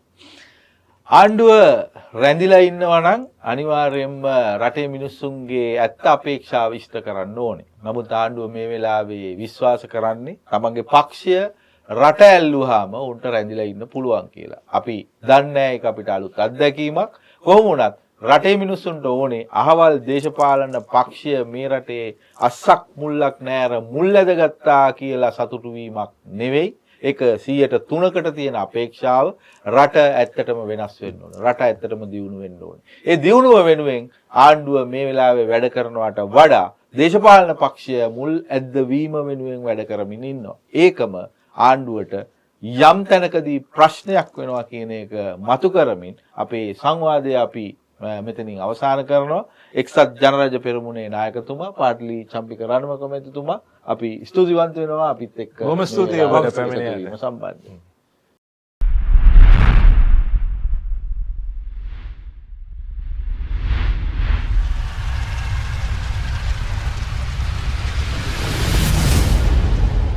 විපක්ෂය අද තැන